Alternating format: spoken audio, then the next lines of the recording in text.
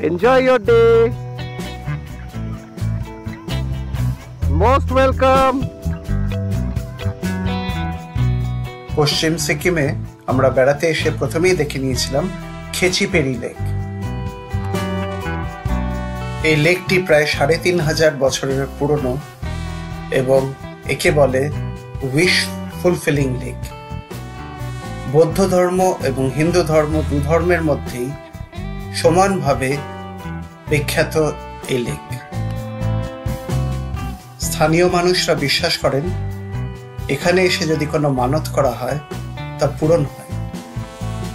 এই লেকের পরিবেশ বেশ নৈসর্গিক, শান্ত সুন্দর নিরিবিলি। এই স্থানে কিছুক্ষণ সময় কাটাতে পর্যটকদের বেশ ভালোই লাগবে।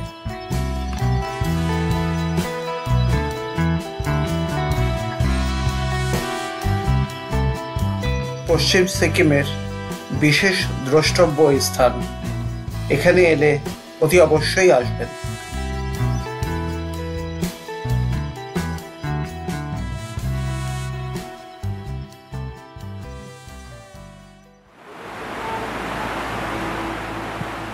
এরপর দেখে নিন পশ্চিম সিকিমের সবথেকে মন্ত্রমুগ্ধকর ঝর্ণা কাঞ্চনজঙ্ঘা ফলস, যার সৌন্দর্য আপনাকে মুগ্ধ করবেই। এই স্থানে যদি আপনি কিছুক্ষণ না দাঁড়ান তাহলে আপনার পশ্চিম সিকিম ভ্রমণ কিন্তু অসম্পূর্ণ থেকে যাবে।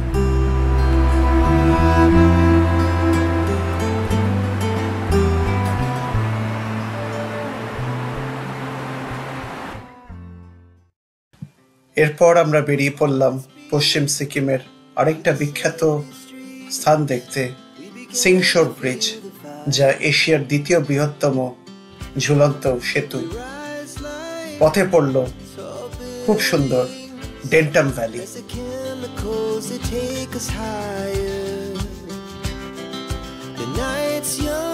পাহাড়ের আঁকাবাঁকা ওপরের বাঁক থেকে এই ভ্যালির সৌন্দর্য অসাধারণ সুন্দর।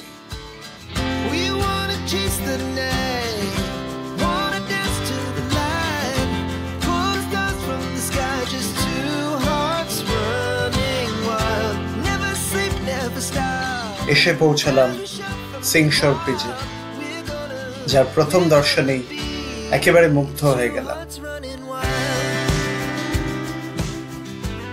দুটি পাহাড়ের মাঝে অবস্থিত এই ঝুলন্ত সেতু, চারপাশের অসম্ভব সুন্দর নৈসর্গিক পরিবেশ, পাহাড় থেকে নেমে আসা ঝর্ণার দৃশ্য, সবুজ বনানী, অসম্ভব সুন্দর এক পরিবেশ।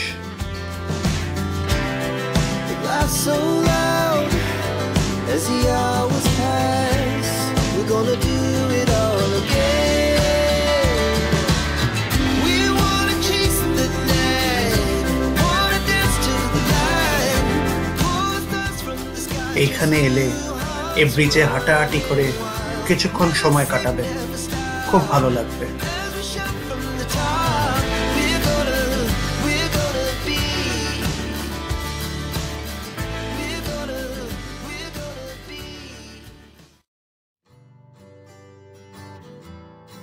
এরপর আমরা এসে পৌঁছলাম অপূর্ব সুন্দর নেপাল সীমান্তবর্তী পাহাড়ি এক গ্রাম, যার নাম হি, যাকে হি ভিলেজ বলেও সবাই চেনে। ফুলে ফলে সাজানো এই গ্রাম দেখতে দূর দূরান্ত থেকে পর্যটকরা এখানে ছুটে আসে। এখানে আছে একটি ট্রাউট প্রজনন কেন্দ্র।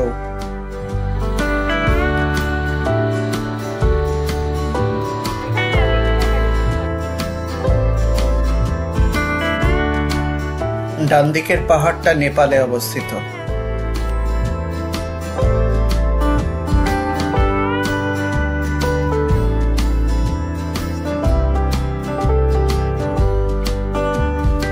মাছ আমি খাই না, কিন্তু মাছ দেখতে খুব ভালো লাগে।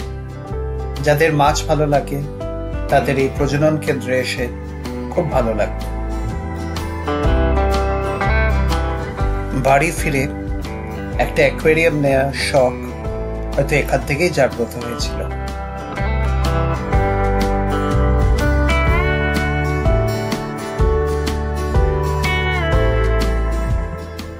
আজ এই পর্যন্তই। এরপরে থাকবে সিকিমের বাকি অংশের গল্প।